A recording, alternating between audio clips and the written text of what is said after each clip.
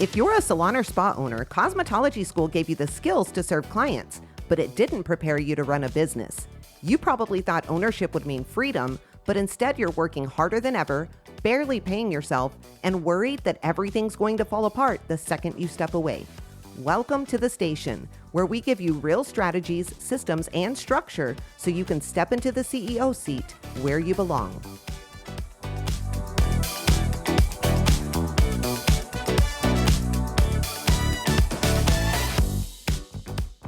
Hey friends, welcome back to the station. This is the go-to podcast for salon and spa owners who are ready to build businesses that are profitable, structured, and actually give you the freedom that you've been chasing.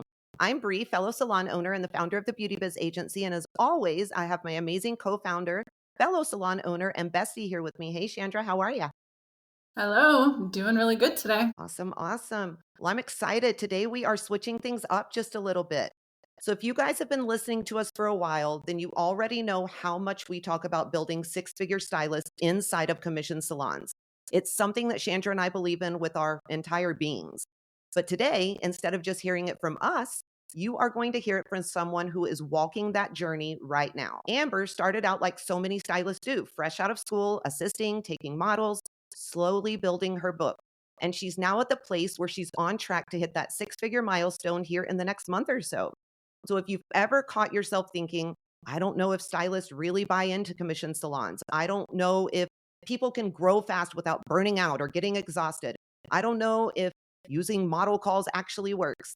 This episode might just change the way that you see it, because that idea that all of you have in your heads that commission salons are outdated or limiting, yeah, it's just not real.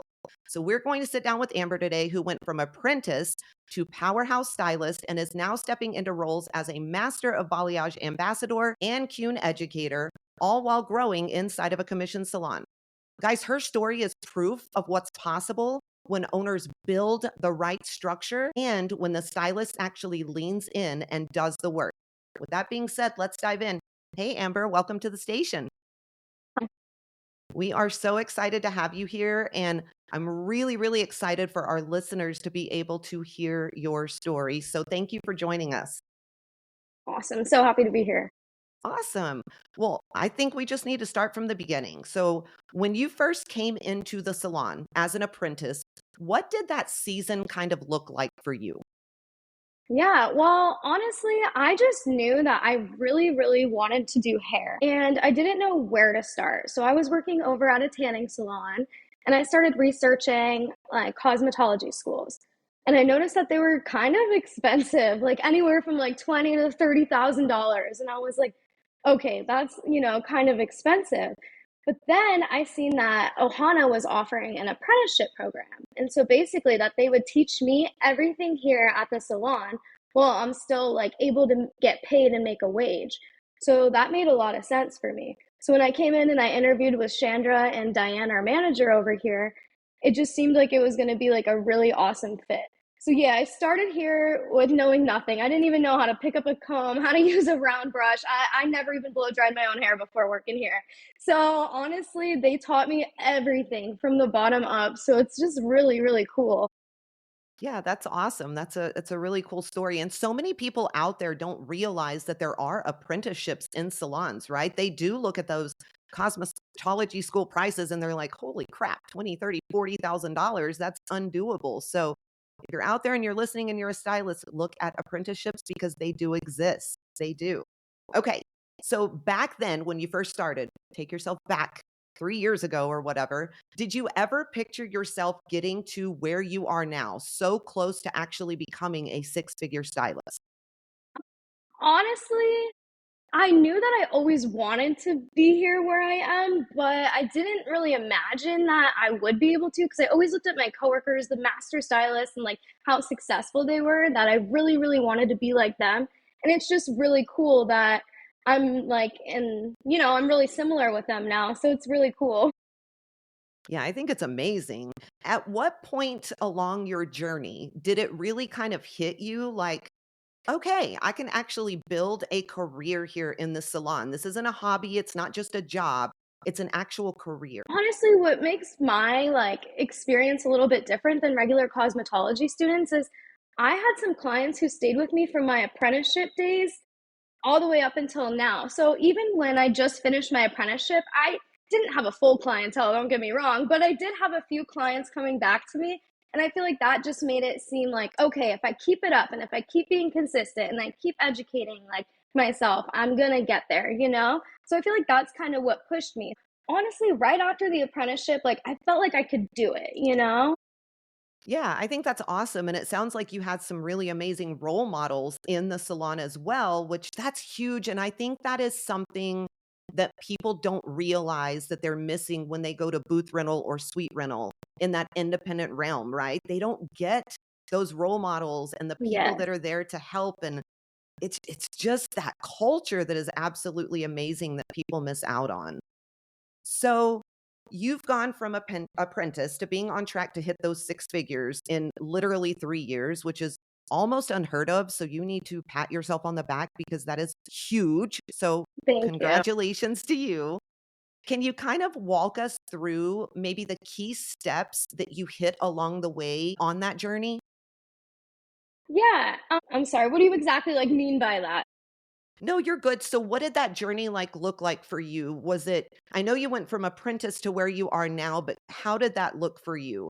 Did you do model calls in the beginning and you built that clientele? Were there certain KPIs and benchmarks that you had to hit in order to get there? Were there one-on-one meetings that you went through that made you grow and made you realize that you could do more than what you were doing? Just kind of that journey throughout. Okay, yeah, definitely. Honestly, I feel like my coworkers, also my amazing mentor Chandra, like really helped guide me through it. She does have a lot of things like set in order where if you hit this and you hit this and you hit this, you'll be on the next level. And so she kind of made me realize like, okay, I need to pre-book more and then I'll be able to get to my next benchmark and stuff like that.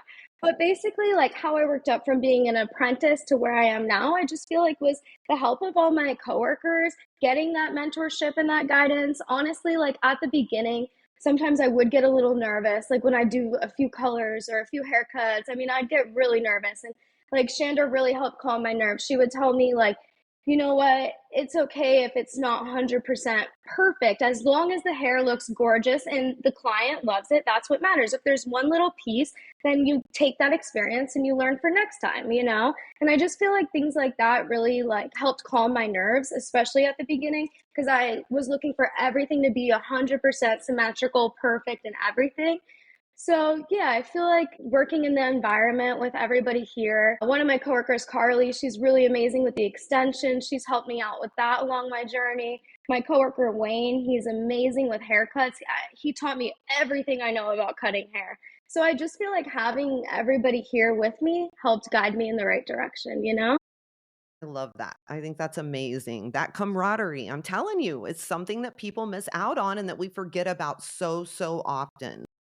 So, one of the questions that we get asked quite frequently when we are talking about building six figure stylists or just growing people in our commission salons is that it takes so long for these employees to actually produce when they're behind the chair, which just isn't really true.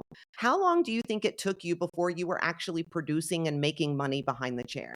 Probably about like a year and a half after my program, I feel like I started making like comfortable money, you know? And before that, I was still working two jobs over at the tanning salon. And honestly, once I let that other job go and really focus on hair, I feel like that's also what really started to change. That I was just able to focus on my clients a little bit more, focus on hair more, and not worry about anything else.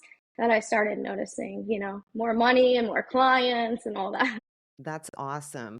How did we talked a little bit about the level system. You explained that just a little bit, but how did having that clear level system, that clear path, those benchmarks, like right in front of you that you talked about every single day, how did that really shape the way that you grew? Because so many people nowadays are saying that level systems and benchmarks, they just don't work and they're not the new way of doing things. And Chandra and I completely disagree because we know we've built so many six-figure stylists, so we Mhm. know that they work. But how do you feel like those kind of shaped you and grew you?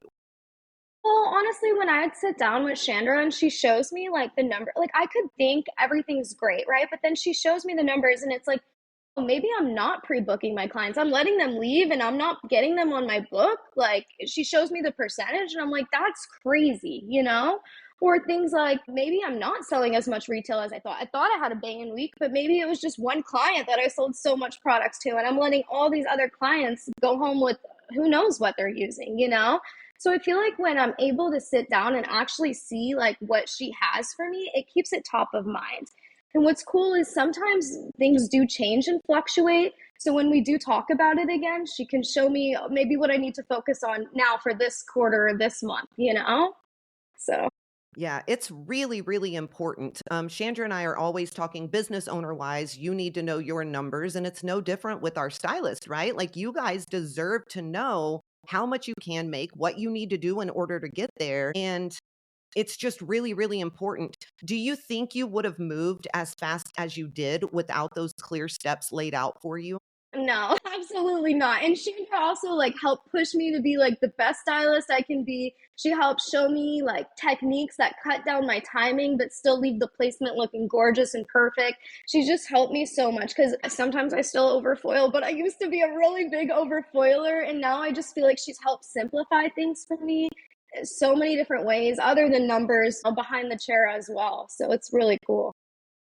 Yeah, it's amazing. She's awesome. I mean, let's just Yeah. call it out. She's amazing. We know this. So a lot of people hear the word six figures, right? They hear that term and they think burnout, they think exhaustion, they think working like 70, 80, 90 hours per week. So you're right at that level right now where you're about to hit that number. What does your actual schedule and lifestyle look like for you? Oh, yeah, it's not bad like that at all. It's actually really nice how it's set up here. We only work 4 days a week, so I still get 3 days off to do whatever I want. I'm able to see my grandma, spend time with my family, hang out around the house, you know? So it's really nice. Honestly, I don't even know if I work a 40-hour week and I'm making that much money, so it's really cool.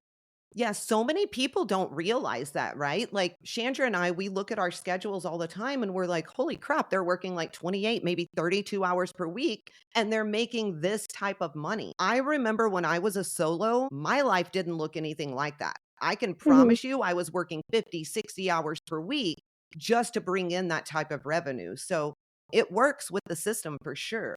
What systems do you think in your salon specifically helped you kind of make your schedule possible, your lifestyle possible without having to overbook yourself? Honestly, I feel like the salon is pretty flexible. So if you need something, like they're willing to work with you, right? It's not like you need to do this set schedule. They're going to tell you what they would recommend for you to be the most successful. But if it doesn't work for you, then they're going to, work with you and figure it out. So I feel like just kind of like the flexibility, you know. Yeah, and I think that's important. I think so many times we don't have that work-life balance. And so I think that's something that you can find in a commission salon that you can't find when you work for yourself. And trust me, I know because I work for myself and I overwork myself constantly. So I think it's really, really important. All right. You have stepped into much bigger roles now. I mean, being a hairstylist is amazing, not taking anything away from that. But you are now like an educator and an ambassador, all of it, right? Mhm. How do you think being in a commission salon really opened those doors for that kind of growth for you? Well, honestly, I feel like being in the commission salon made it all possible for me and working here because like for the Masters Ambassador or Masters of Balayage Ambassador thing, for instance, Chandra hosted a Masters of Balayage class here. And for me, it was just so like eye-opening and game-changing and really inspiring how like they're just constantly coming out with new things and new techniques. And I feel like that's really, really cool, especially as a stylist. I don't want to do the same pattern all day over and over. So once she brought them in here, I was able to apply for that higher role. And I feel like that kind of tied it together because they had already known me a little bit. They've seen how I work. And so I feel like that kind of helped out. And then also for becoming a Kuhn educator, I mean, I've used Kuhn products since day one of working here, since this was my school all the way up to now. I absolutely love the products and the results and everything. So I feel like because we carry them here at the salon, it just really helped me be able to step into that role. I don't know if I would have heard of them, if I hadn't worked here. So it's really cool.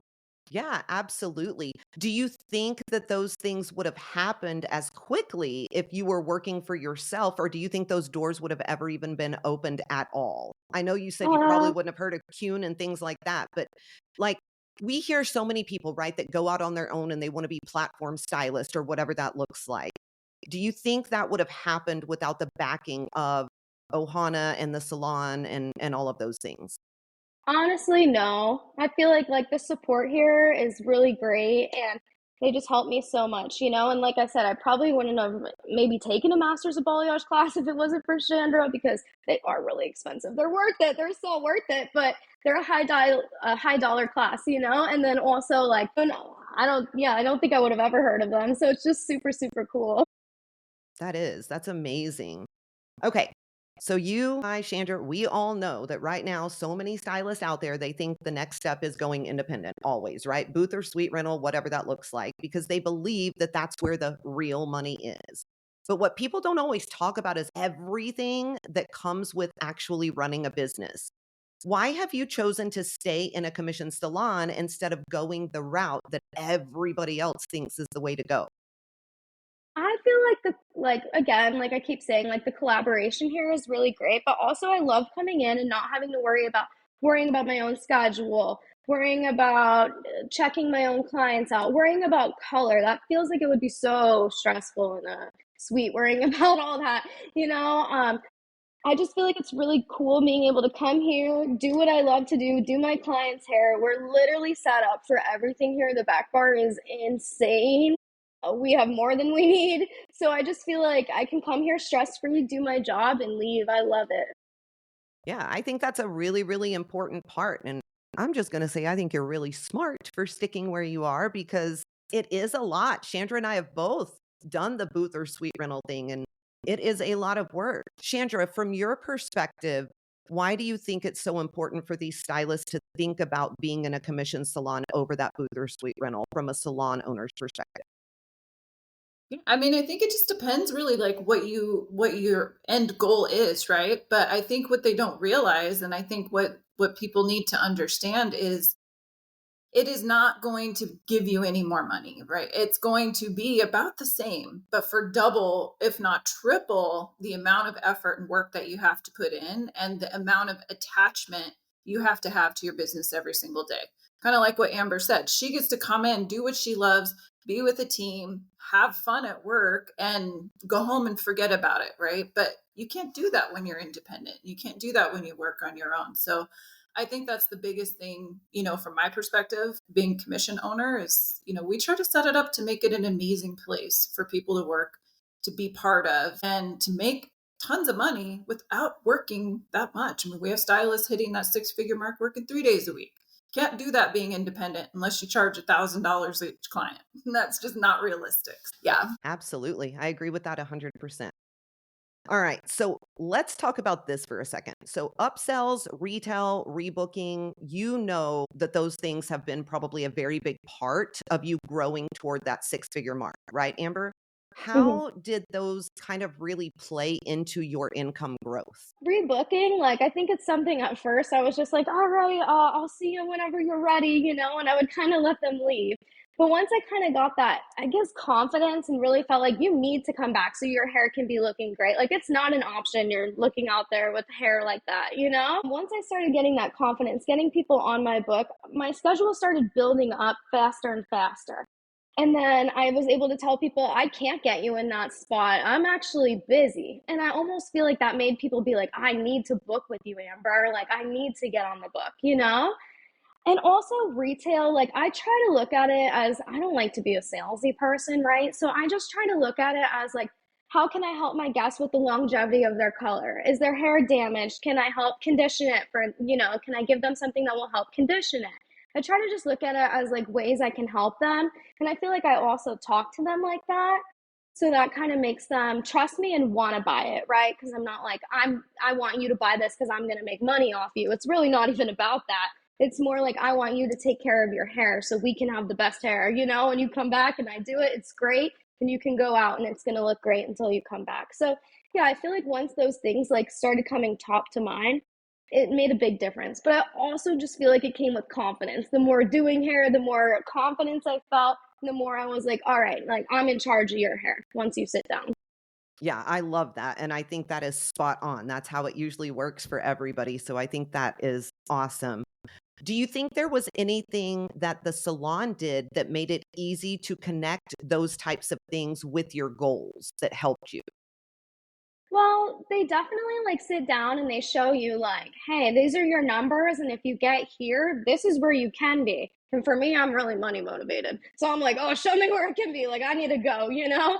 So I feel like those things really help me out. And also we do like, how do I do it? Like friendly competitions around here, right? So like whoever pre-books the most clients, like this month, you're gonna get $100 gift card for your hair. Okay, that's awesome. I want that, you know? So I feel like things like that do help keep you motivated along the way, you know? Oh, absolutely. I agree with that 100%. Chandra, from your perspective, because like Amber's a jewel, like she is amazing. I can just feel her energy coming out, right? And I think a lot of that is owed to what you do, what you teach, how you built the culture in your salon. So props to you for that. Why do you think it's so important to constantly have these meetings with your employees to show them what is possible and to help them hit those benchmarks? No, I mean, I think it's so important. I think, like Amber, she is a diamond in the rough. And I tell her all the time now, I knew you were gonna get here because we did have like some hard times in the very beginning where I was really trying to get her to understand the importance of these things. And it is like that light bulb just has to go off one day. All of a sudden it just clicks and you're like, oh dang, like I get it now. And we saw that with her really early, and I think it's because she was so driven to work past those things and get past that, criticism in a way, but at the same time it's there to help her grow, it's there to help her do better. We only want everybody to hit their goals, like that's it, that's really the end goal. And so I think when they really start to realize that and they see that, that's when those light bulb moments start to happen and they start to take off. And then once it happens, they take off fast. Because I think, Amber, you probably agree, like in the last year is when your growth has really just gone like warp speed. And I think it's just because of those moments of really that coaching, that sitting down one on one, really Mhm. breaking things down. Like, even when we worked on her service timing, I was like, all right, I know you can do this. And she was afraid. I don't know. I don't want to shorten my time. And I was like, we're just going to shorten it. You're going to be just fine. And she did it. And she's just fine. And now she's like doubling her income. And so I think you have to have those meetings. You have to have those conversations. You have to have a plan for them and then just try to guide them into it because they really have to be the ones to have those light bulb moments and do the work on their own. But you've got to set it up for them and hold them accountable and help keep them on track. Yeah, 100%. So, Amber, from your perspective, this is kind of going off topic, but I'm enjoying this a little bit. From your perspective, for the stylists that are out there that are in those commission salons right now, right? And they're hearing all this and they go into their meetings with their owners and they're very closed minded. They're very defensive, maybe, when it comes to things, because we do get somewhat critical in those meetings in the best loving way possible, right? What would you like to tell them about opening up and listening and growing when you're having those one-on-one meetings? Well, I feel like it's all just coming from a place of like trying to see you grow. And I feel like owners, like, they put so much passion into their business, no matter what business, honestly, right? They're always putting so much passion into it because they're at their business so much and they care about it so much. So I feel like they just always want the best for you. Sometimes it could be, a little hard to see it like that, but when you really realize it in the bigger picture of wanting everybody like on the same page, everybody can be successful and everybody can be happy, I feel like that's when it really like clicks, you know? So I feel like if you're feeling like that, like, you just got to just keep going, keep educating yourself and learning more. And also, I just feel like you can learn something from literally everybody, so that's how I try to take it. Like, even if somebody tells me, like, oh, why did you do it this way? I would do it this way. Well, that's actually really cool to think about. You would do it a different way, you know? And then maybe in the future, I'll do it that way too. So I just feel like if you take everything as a positive, it just works out, you know? I love your outlook. That's amazing. So, something that we hear all the time is people say commission salon owners are just too greedy or the environment is just way too controlling. I know you said you guys have quite a bit of flexibility in your salon, but from your experience, what would you say to those stylists out there that just think commission salon owners are greedy and they're controlling and they're all of these things? Well, they might just be working for the wrong owner, to be honest with you, or at the wrong salon because I mean, I watched that show Tabitha Salon Takeover, and there's some crazy owners out there, you know? So I believe it, but I just feel like there are owners who aren't greedy, who want the best for you, and who truly care. So maybe they just need to find a different commission salon owner and, be happy that way. So because here it's not like that at all. Literally at all. Like I said, it's really flexible. I just feel like we can be ourselves. We don't have to worry about anything. There's no fees for anything. Like it's just really cool. Yeah, absolutely. I think that was kind of one of those mic drop moments. Find a new owner if you feel that way, right? Because it's Yeah. true. It's true. There are a lot of owners out there that, and I don't think they come from a place of bad or ill intent. I think they just aren't educated. The same way that Mhm. stylists have to be educated, owners have to be educated as well. And so I think that's really important. And that's one of the reasons that Chandra and I do what we do is because we want every owner out there to be successful and to be able to build a team like the one that you guys have. So I think that's really, really important. Was there, this is something I'm kind of curious about, was there ever a piece of feedback, because you have such a positive outlook, but was there ever a piece of feedback that kind of stung you in the moment, but it ended up being like this massive game changer for you? Hmm. Top of my head, like I don't know, it's kind of hard to really think about that. But I guess just like I don't know, just being told, like, it's not always gonna look perfect, and, I don't know, that really stuck with me, like, I just feel like that really helps me, like, through a lot, to be honest with you. Even to this day, if there's, like, one little piece, I'm like, "You know what? It looks beautiful?" So, Yeah. yeah. I relate to that because I'm a perfectionist as well. So if I see one little thing out of place, I'm like, "Oh my," like it will bother me for a week at home afterwards. So I totally relate to you on that one. I think every journey has its tough spots, right? What do you think was the hardest season for you thus far throughout your journey at Ohana? Well, to be honest, I feel like when I was learning how to do hair, it was kind of tricky for me, right? Because this is how I would honestly feel.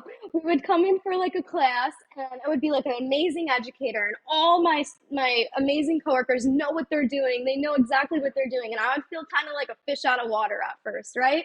So I feel like those like experiences really helped like shape me and stuff. But that's kind of where I felt the most like vulnerable, I guess you can say, when I was learning, kind of like, oh, I don't know as much as them and stuff like that. But I realized that all just comes with experience and doing it and trial and error and doing it wrong to realize how to do it right? So, yeah, I feel like kind of when I was learning, that was the hardest part for me, I could comparing myself to absolutely. other people. Yeah, I could see that 100%. What inside of you kinda lit that fire and made you just push through and not give up? Because we may have some people out there who are in that position right now, and so I think you could be a testament to them. So what kinda made you push through? I guess I just kept telling myself, like, everybody starts somewhere and it's okay. You know what I mean? And like at that point when I'm already in the class, like I had already gone far enough in the program. So I was like, okay, like those things kind of pushed me to motivate me. I seen the beautiful hair my coworkers were doing and how confident their clients were leaving and how happy. And I just knew like I really want to be able to recreate that? So I feel like those things just pushed me. And I just feel like education, education, education helped me so much. Like, even when I'm not doing hair, I'm still doing hair. I'm watching videos, learning new techniques, just trying to figure out how to get the perfect blend and make everything look the best for people. So, yeah, I just feel like education, pushing myself. Yeah, and I think that is what separates the good from the great stylist, right? Like, we can provide you as salon owners everything that you need, but at the end of the day, it's your choice and you have to go out there and want to better yourself as well. And so I admire you for that 1,000,000% because not everybody has that inside of them. Okay, so if we have a stylist out there listening right now and they are feeling stuck, they're feeling unsure, they don't know where to go, to a commission salon, to booth rental, to suite rental. They don't know if they even want to stay in this industry anymore. What words of wisdom would you give to them right now? Well, I just feel like keep pushing. Like you started doing it for a reason, so keep going. And I think you should find a commission salon and start there and surround yourself with people and see, do you actually like it? Do you like the feeling you get when you show up to the salon, even if you're not the one doing the hair, you know? So I feel like honestly starting there would give them the first, experience of that and then just getting behind it and trying it. But if you went to school for it, it's a passion in your heart and you should keep going regardless if it's hard for you or if you are in that stage of comparing yourself to other people. Keep going. There's so many clients out there. Everybody can have clients and be successful. Yeah, I think that was a beautiful thing to say because so many people say that this industry is oversaturated, but there are literally so many people around. There are clients for everyone, right? You just Yeah. have to find your clients and do it your way. So I think that was beautifully said. Now, if we have an owner out there that is listening, what is one thing that you think they can do to help their team maybe hit six figures or to grow the way that you did and to actually want to stay in their studio or in their salon? I feel like the biggest thing is like, yeah, sitting down, showing them your numbers, and also just coming from a place of like wanting to help your stylist and actually like feeling that as a stylist, I feel like is what motivates me. Like, to stay and keep working here. You know what I mean? Like, I feel like Chandra actually does care about all of us in more ways than us just being her stylist. So for me, that motivates me to actually like want to stay here, keep working here, and keep doing hair here. And also, just like, I mean, it's really cool that I'm having a thriving business, So I love it. And this salon is so beautiful too. I don't know if you've ever seen it, Bree, but it's so big and gorgeous. So coming here just makes you feel like excited to work here? Yeah, absolutely. Yeah, it is beautiful for sure. I don't know how else to put it. It's gorgeous. I think everybody out there listening, you have to understand this is the kind of growth that happens when a salon has the right systems. They have clear promotion paths. They have a culture that actually supports their team.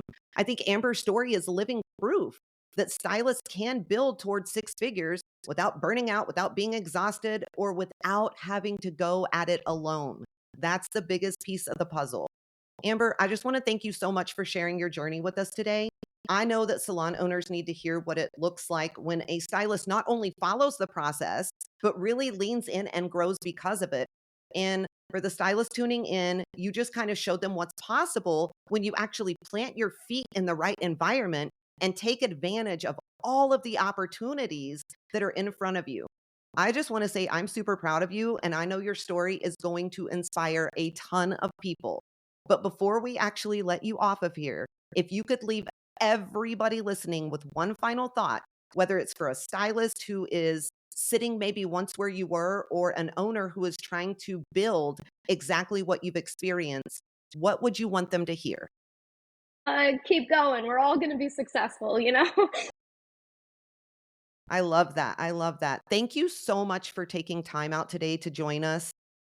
Thank I you. can't say it enough. I'm proud of you. I know for a Thank fact you so Chandra much. is proud of you. And I'm excited to watch you keep climbing and see what else you do and how much further you succeed with the rest of your career. Thank you so much. Absolutely. Thanks for hanging out with us today. Have a good one. Thank you.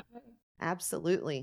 Well, Chandra, I think that proves right there, right? That when the systems are built, everything's built. Like it works. It works. It absolutely works. So, anything you want to leave owners with today, Chandra? No, I mean, I think it's just really building that supportive environment and really caring about your team and actually having that end goal that we always talk about in mind, right? Like, what is your why? Why are you even doing this? And, really knowing where that is and leading your team where that's going. And also, just making sure you're setting up a roadmap for them and not just sending them out there to their station and not really about it. So, Yeah, sorry, you cut out for just a second. I couldn't hear anything. You're good. All right, friends. So here's what we hope that you walk away with today. Six figure stylists, they don't just happen by accident. They don't.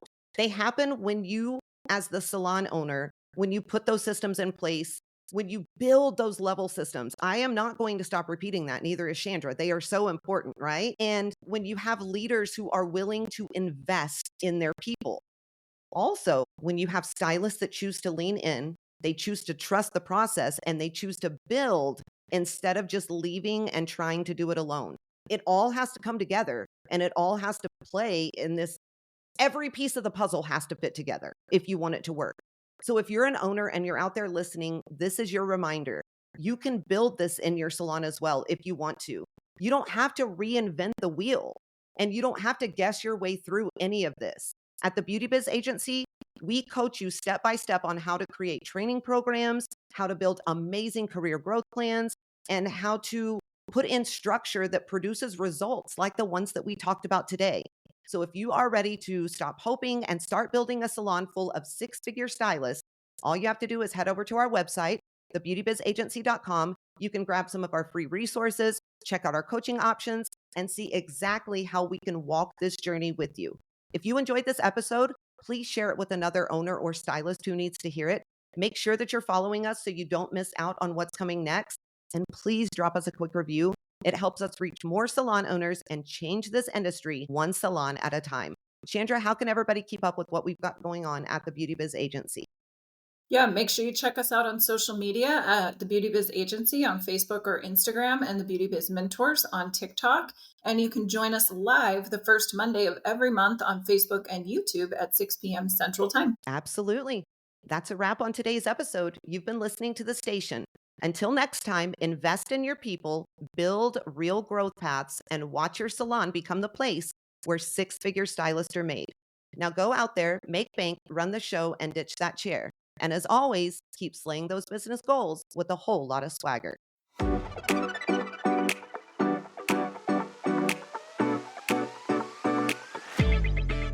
If this episode lit a fire under you, don't just walk away and let it die out.